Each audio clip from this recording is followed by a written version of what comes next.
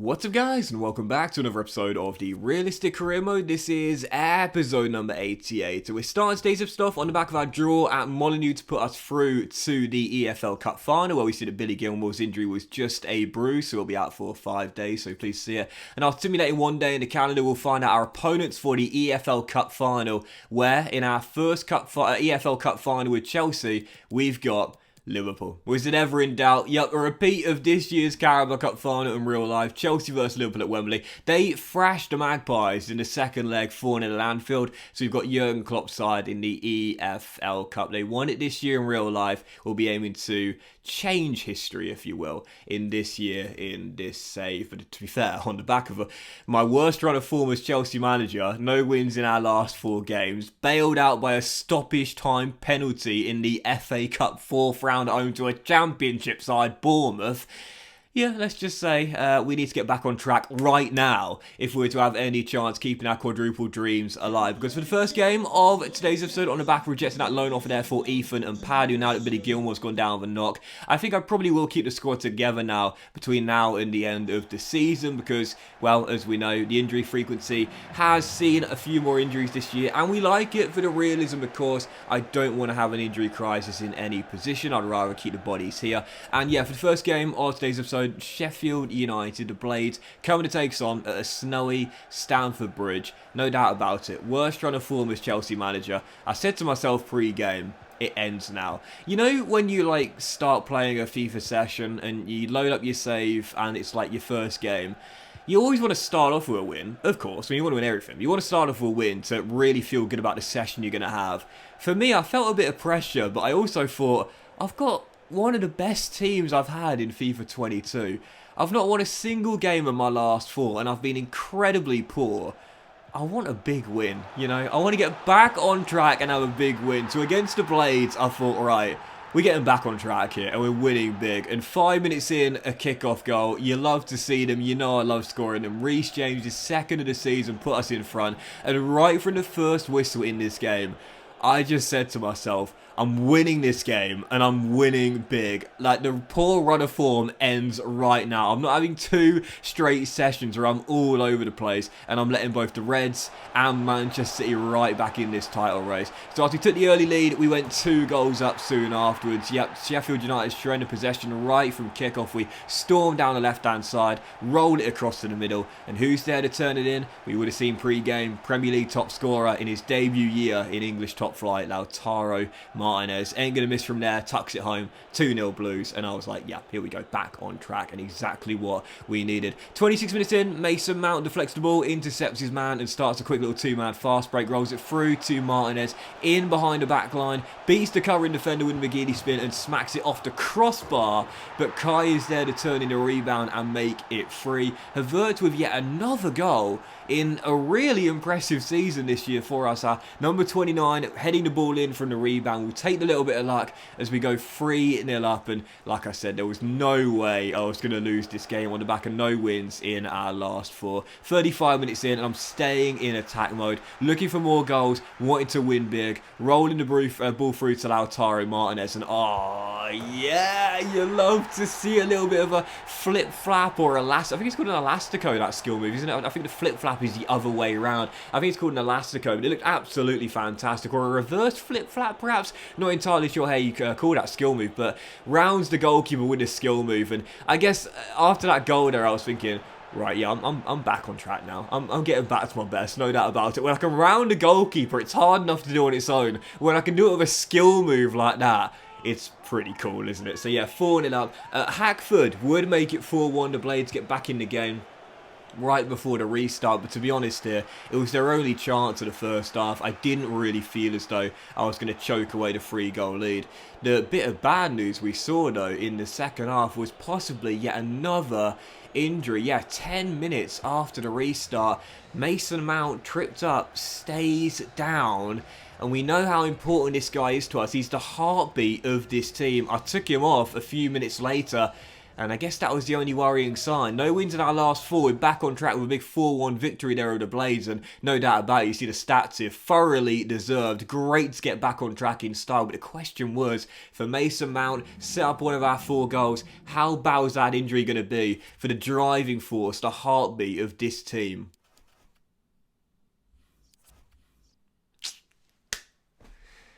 Yep.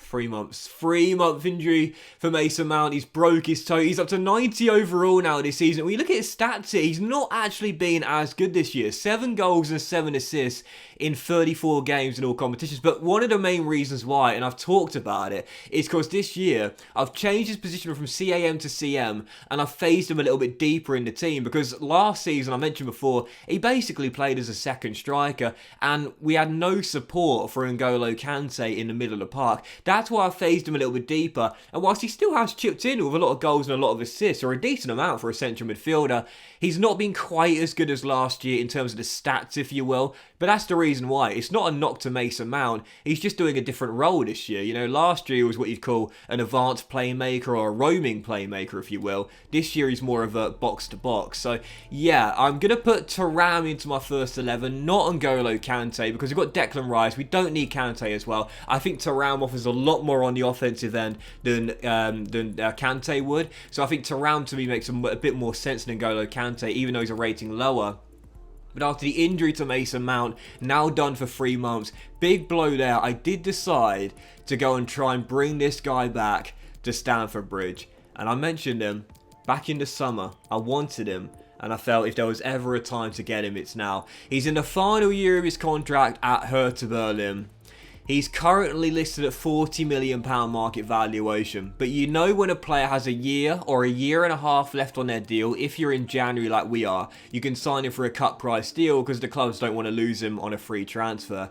So for Hertha Berlin, I said, we're not going to give you 40 mil because I ain't got the money, but I'll give you just shy of 30, 29 mil, plus a youngster we haven't used at all. Throw him into the deal. It's kind of like an NBA trade, isn't it, really? You know, we're signing a star who's got just over a year left on his contract. You know, the franchise doesn't want to lose him on a free and have him enter free agency, so they'll, you know, let him go on a trade, plus a young player as well. I quite like that for the realism they have. But yeah, Conor Gallagher, of course, is the man we are going to sign from Hertha Berlin at the Olympiastadion. Out of Mason Mount going down with a 3-month broken toe.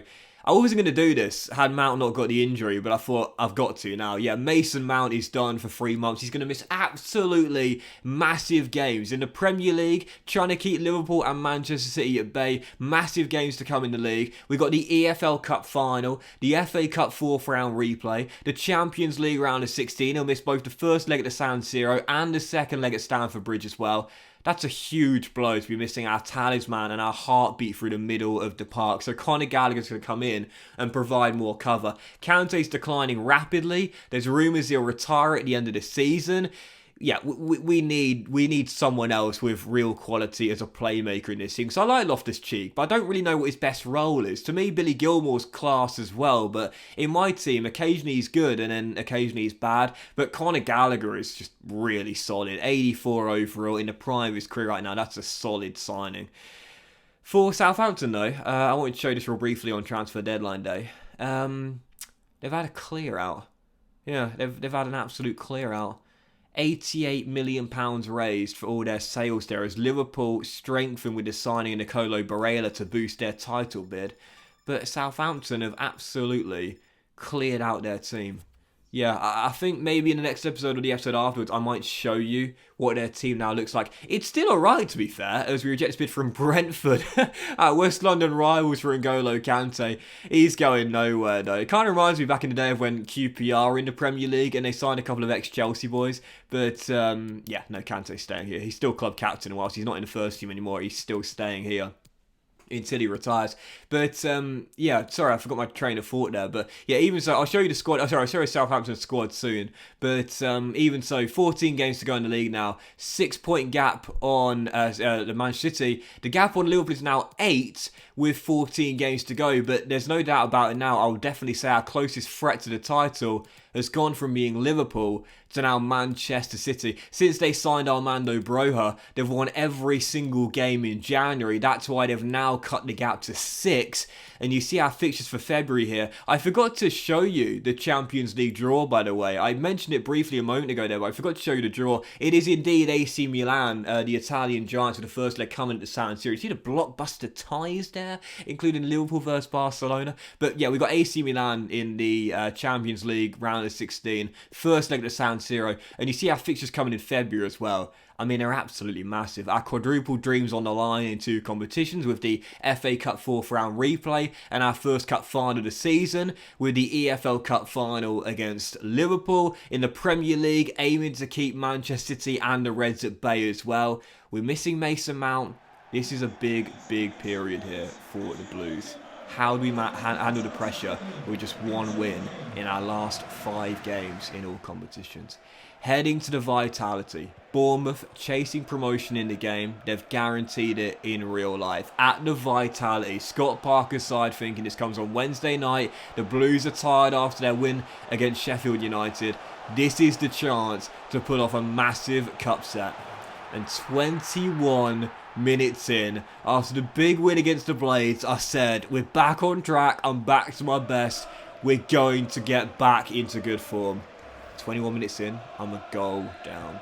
Yep, Bournemouth taking the very early lead, and I played so poorly in the reverse fixture at Stamford Bridge, and I only got away with it courtesy of a stoppage time equalising penalty courtesy of Tammy Abraham. And I was thinking, this is the last thing you want as a manager. You go to a replay in the cup and then you lose the replay as well. I need someone to step up out there and bail me out. And it's the man who signed a few days ago. Conor Gallagher back at the Bridge. Fires in the leveller and makes it 1-1. And this is why I really need to sign him as well, because great camera angle, by the way. Mason Mount is down, and I mentioned the reason why I put Thuram in the team ahead of N'Golo Kante. Kante isn't going to be able to score that many goals on the offensive end. He can chip in with a goal or 2 per season, but Gallagher's got a lot more attacking creativity. In his loan spell at Crystal Palace this year, he scored several. He's been a great little signing on loan for Patrick Vieira. I needed someone like Conor Gallagher in this team. He's the perfect fit. And N'Golo Kante, with a couple of minutes to go, says, Gaffer, what was that? I can't score. Oh, that was the cleanest of finishes from the club captain. What a tidy little effort with the weaker left boot, finding the bottom corner, and right before the break, we'd flipped the script and led at the Vitality. Yet Bournemouth 1, Chelsea 2, and at the break I thought to myself, right, if I let the cherries back in it, I'm going to crack, I'm going to crumble. 1 win in 5, I know I'll feel the pressure, and I know I'll get knocked out tonight by the Championship side. Starting off the second half, I need to get a 2-goal cushion.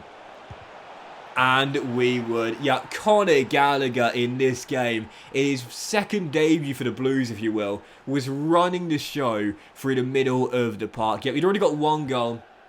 And a great little through ball there to Tammy Abraham, throwing back an assist as well. We extend our lead to 2, and 8 minutes after the restart, with a chance to go 4-1 up, the goal scorer Abraham finds Gallagher. It's a great ball through to Kefra and Thuram, and our number 8 smacks it in and finds the back of the net. Yep, little bit concerning. We went a goal down early, but the luxury was knowing that Father Time was on my side. I had plenty of the game to get back in it, and once we took momentum in this game, got ourselves in front courtesy of Kante right before the break, it was a sucker punch for the Cherries. We turned the game on its head, win it by 4-1. It's safe to say Gallagher needs no grace period. He's back at the Blues, and what a performance. Man of the match on his second debut for Chelsea. 2 assists and a goal as he ran the show through the middle of the park, and that's why I signed him as well. RLC, Kante, Billy Gilmore and Padu, could they do that sort of creativity and goal scoring in games when I need them to? Not too sure. Can Gallagher? Well, the proof's right there. He definitely can. Blush is spared. Back-to-back wins for the first time in a while, and we're into the last 16 of our FA Cup. The quadruple dreams remain alive. But that will end today's episode of the Realistic Career, guys. Big fan. Unfortunately, enjoyed it. If you hadn't, please drop a like. Much love to you all. Have a fantastic day, and I'll see you for next episode of the Realistic Career, featuring the first leg of the Champions League last 16 at the San Siro. Cannot wait for it. Very soon.